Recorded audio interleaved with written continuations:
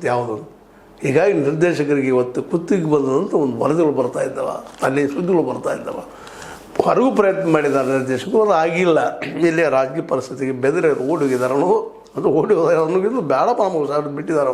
ಹೇಳಿದ್ದಿಲ್ಲ ಆರಂಭದಲ್ಲಿ ಬಂಡವಾಳಶಾಹಿಗಳು, ದುಡ್ಡಿದ್ದಂಥವ್ರು, ಅವರು ಕಾರ್ಪೊರೇಟ್ರವರು ಒಳಗೆ ಕಿರಿಕಿರಿ ಬೇಕಾದ್ರೆ ದುಡ್ಡು ತೊಗೊಳ್ರಿ ನಮ್ಗೆ ಲಾಭ ಮಾಡಿಕೊಡ್ರಿ ಅನ್ನೋಂಥ ಜನ ಅವರು ಲೀಸ್ ಕೊಡ್ಬೇಕಂತ ಪ್ರಯತ್ನ ಮಾಡಿ ಲೀಸ್ ಆಗಿಲ್ಲ ವ್ಯವಹಾರ.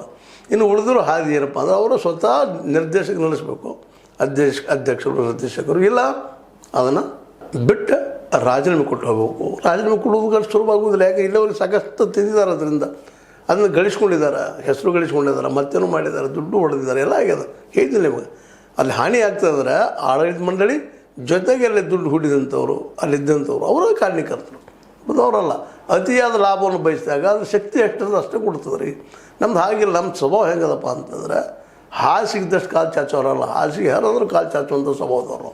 ಹೀಗಾಗಿ ಇವತ್ತು ಸಂಕೀರ್ಣ ಫ್ಯಾಕ್ಟ್ರಿ ಈ ನಂಬಿದಂಥ ಈ ರೈತರು ಮತ್ತು ಕಾರ್ಮಿಕರು ನೋವನ್ನು ಅನುಭವಿಸ್ತಾ ಇದ್ರೆ ನಿರ್ದೇಶಕರು ತಿಳಿಲಾರ್ದ ಯಾರ ಕಡೆ ಹೋಗಬೇಕು, ಯಾರೂ ಹಚ್ಕೊಳ್ತಾ ಇಲ್ಲ.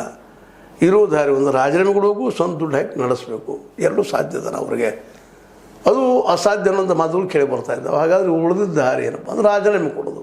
ಈಗಾಗಲೇ ರಮೇಶ್ ಕತ್ತಿಯವರಂತ ಹೇಳಿಬಿಟ್ಟಿದ್ದಾನಂತ. ಇಲ್ಲ, ನೀವು ರಾಜೀನಾಮೆ ಕೊಡ್ರಿ, ಬೇಡ ನೀವು ನಡೆಸ್ರಿ, ನಿಮಗೆ ಎಂದು ನೀರುವುದಿಲ್ಲ. ನಾವು ಹೊಸ ಇಲೆಕ್ಷನ್ ಮಾಡಿ ಹೊಸ ಮೆಂಬರ್ ಜೊತೆ ನಾವು ಬರ್ತೀವಿ.